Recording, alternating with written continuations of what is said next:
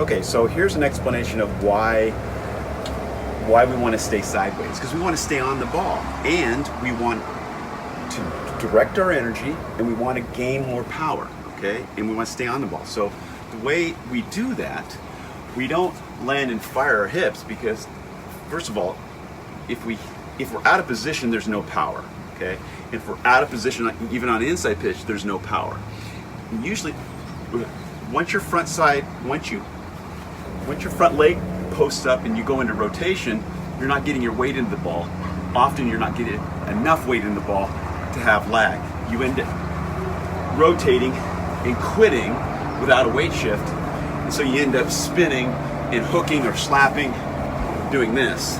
But if you go against that front hip, if you get into that hip, so you don't just come to center and turn, you come here and get a little bit into this hip. One of three ways of blocking. Across the hip, you do it with posture, and you do it with your front leg with a return.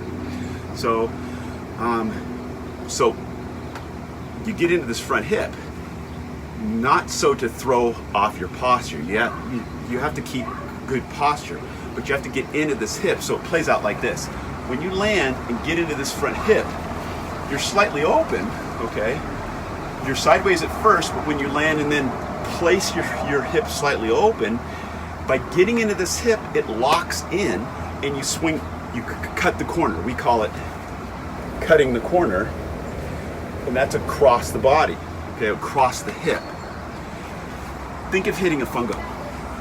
Would you hit a fungo and throw it up and turn your hips? There's no way. You throw it up and go across this front hip. Now, when we're hitting a fungo, we don't have the luxury of being in the middle and having a lot of pressure between our legs. When you're hitting a fungo, you're actually coming up over your front side. Now, once you're there, you're pretty vulnerable. So you have to have your posture right, and you have to get your weight into this front hip. So it's the same way. So that's a way that you can execute it. Not a lot of detail, but you got to remember, to see the patterns that you need to see, there's a lot of information you need to know in order to recognize what the patterns are and to build a model of what needs to be done. You need to see it. You're not drawing triangles. You're looking at a pyramid. You're looking at something with more dimensions.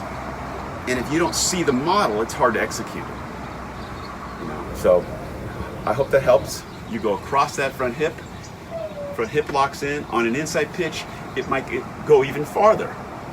Your hips might be even farther open on the inside pitch, but you're placing them there and then shifting across this hip on the inside pitch. As long as you get your weight into it, your bat's in lag and you can keep it fair. If you quit, if you land, just get to the middle, turn your hips, you're going to oversteer with your arms, you're going to quit, slap it with no weight. And the only way you can get weight into it is to get into that hip. Like I said, not in the hip where your posture does this.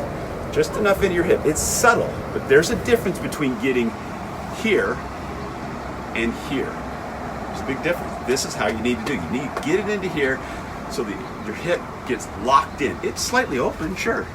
It's slightly open. So so what you're seeing is your hips getting to the first part. You actually swing across it, and then you see the second part. But it happens so fast, it looks like it's rotating. It looks like it's what's giving the power, but it's not.